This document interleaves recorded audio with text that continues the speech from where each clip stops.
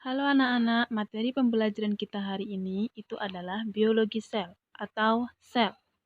Sel merupakan unit struktural terkecil penyusun dari makhluk hidup. Untuk lebih jelasnya mengenai tentang sel, mari kita simak video penjelasan berikut ini. Viraliza. Sel adalah unit fungsi terkecil dari organisme. Semua sel memiliki 3 kesamaan. Tidak peduli apa jenis sel mereka. Semua sel memiliki membran sel yang memisahkan dalam sel dari lingkungannya. Sitoplasma yang merupakan cairan seperti jelly, dan DNA yang merupakan materi sel genetik. Ada 2 kategori besar sel. Kategori pertama adalah sel eukariotik. Mereka memiliki organel-organel yang meliputi bagian inti dan bagian-bagian khusus lainnya. Sel eukariotik adalah sel yang lebih kompleks, seperti yang ditemukan pada tanaman dan hewan. Kategori kedua adalah sel prokariotik. Mereka tidak memiliki nukleus atau membran penutup organel. Mereka memiliki materi genetik, tapi tidak terkandung di dalam inti sel. Sel prokariotik akan selalu bersel satu, atau organisme uniseluler seperti bakteri. Jadi, apa itu organel? Organel berarti organ kecil. Adalah bagian khusus dari sel yang memiliki pekerjaan yang unik untuk dilakukan. Mari kita mulai dengan inti, yaitu pusat kontrol sel. Inti atau nukleus mengandung DNA atau genetik. DNA memerintahkan kegiatan yang sel lakukan, dan bagaimana hal itu akan dilakukannya. Kromatin khusus adalah bentuk DNA yang tersebar dalam membran nuklear. Ketika sel siap untuk membelah, DNA memadat menjadi struktur yang dikenal sebagai kromosom. Inti juga mengandung sebuah nukleolus, yang merupakan struktur di mana ribosom akan dibuat. Setelah ribosom meninggalkan inti, mereka akan memiliki tugas penting, mensintesis atau membuat protein. Di luar inti, ribosom dan sisa organel melayang di sitoplasma, yang merupakan cairan seperti jelly. Ribosom dapat berkeliaran bebas di sitoplasma, atau melekat pada retikulum endoplasma, yang kadang-kadang disekat dengan RE. Ada 2 jenis RE.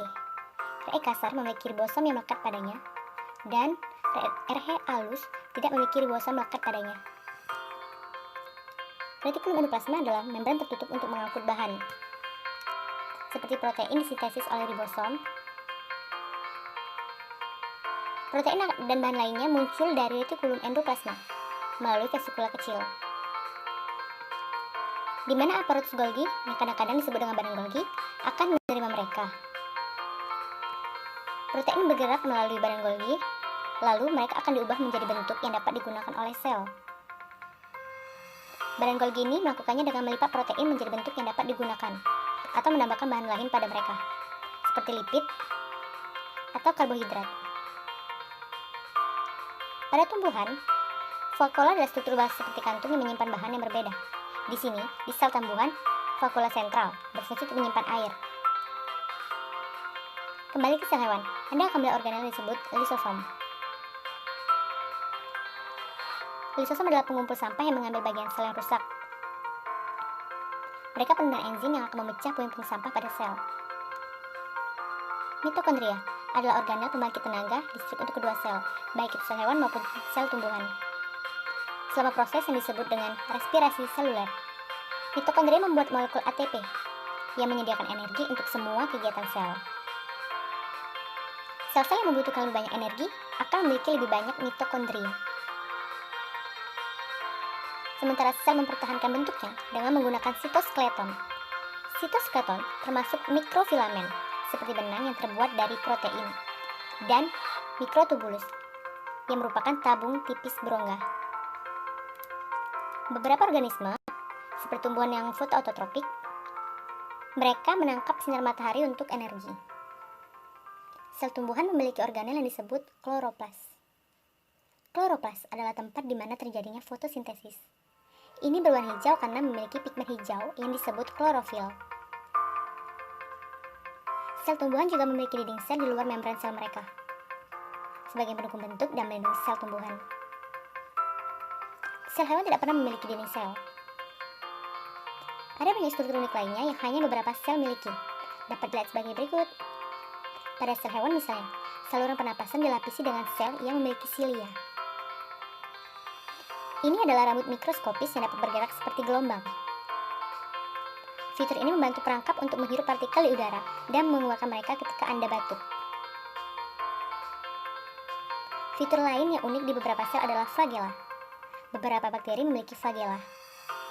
Sebuah flagela seperti ekor kecil yang dapat membantu langkah sel atau mendorong dirinya sendiri. Satu-satunya sel manusia yang memiliki flagela adalah sel sperma. Oke, berdasarkan penjelasan video tadi, kini akan saya tampilkan tabel perbedaan antara sel hewan, sel tumbuhan, dan sel bakteri secara lengkap. Nah, sekarang sudah tahu kan apa itu sel? Semoga video yang sudah Ibu jelaskan mengenai tentang sel ini bisa berguna untuk kalian. Sampai ketemu di video selanjutnya. Bye-bye dan selamat belajar.